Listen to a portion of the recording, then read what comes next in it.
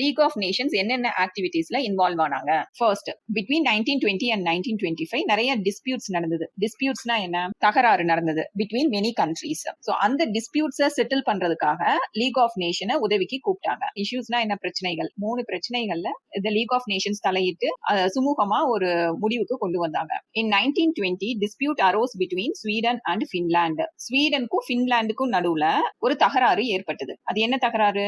ஆலாண்ட் island எங்களுக்கு தான் வேணும். சாவரனிட்டினா என்ன? Authority or control over a place. எங்களுக்கு தான் அந்த ஆலாண்ட் ஐலாண்ட் மேல ஒரு கண்ட்ரோல் வேணும், அவங்கள நாங்க தான் எங்க கண்ட்ரோல்ல வச்சிருக்கணும்னு ஸ்வீடன் அண்ட் பின்லாந்து 2 பேருமே தகராறு பண்ணாங்க. ஏன் ஸ்வீடன் அண்ட் பின்லாந்து ஆலாண்ட் ஐலாண்ட் அவங்களுக்கு வேணும்னு சொன்னாங்க? ஏன்னா ஆலாண்ட் ஐலாண்ட் இந்த 2 கண்ட்ரிக்கு நடுவுல தான் இருந்துச்சு. So they both wanted control over Aland island. அப்ப இந்த டிஸ்பியூட்டை லீக் ஆஃப் நேஷன் தலையிட்டு பின்லாந்து ஆலாண்ட் ஐலாண்டுக்கு தான் சேரும்னு ஒரு முடிவுக்கு கொண்டு வந்தாங்க. Next the third issue, Greece Bulgaria மேல போர் தொடுத்தாங்க. சோ அப்ப தி லீக் ஆஃப் நேஷன்ஸ் என்ன பண்ணாங்க?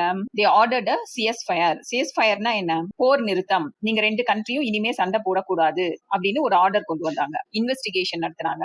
அப்ப தே ஃபவுண்ட் தட் கிரீஸ் மேல தான் தப்பு இருக்குன்னு கண்டுபிடிச்சாங்க. சோ என்ன டிசிஷனுக்கு வந்தாங்க League of Nation? Greece had to pay reparations to Bulgaria. reparations-னா என்ன?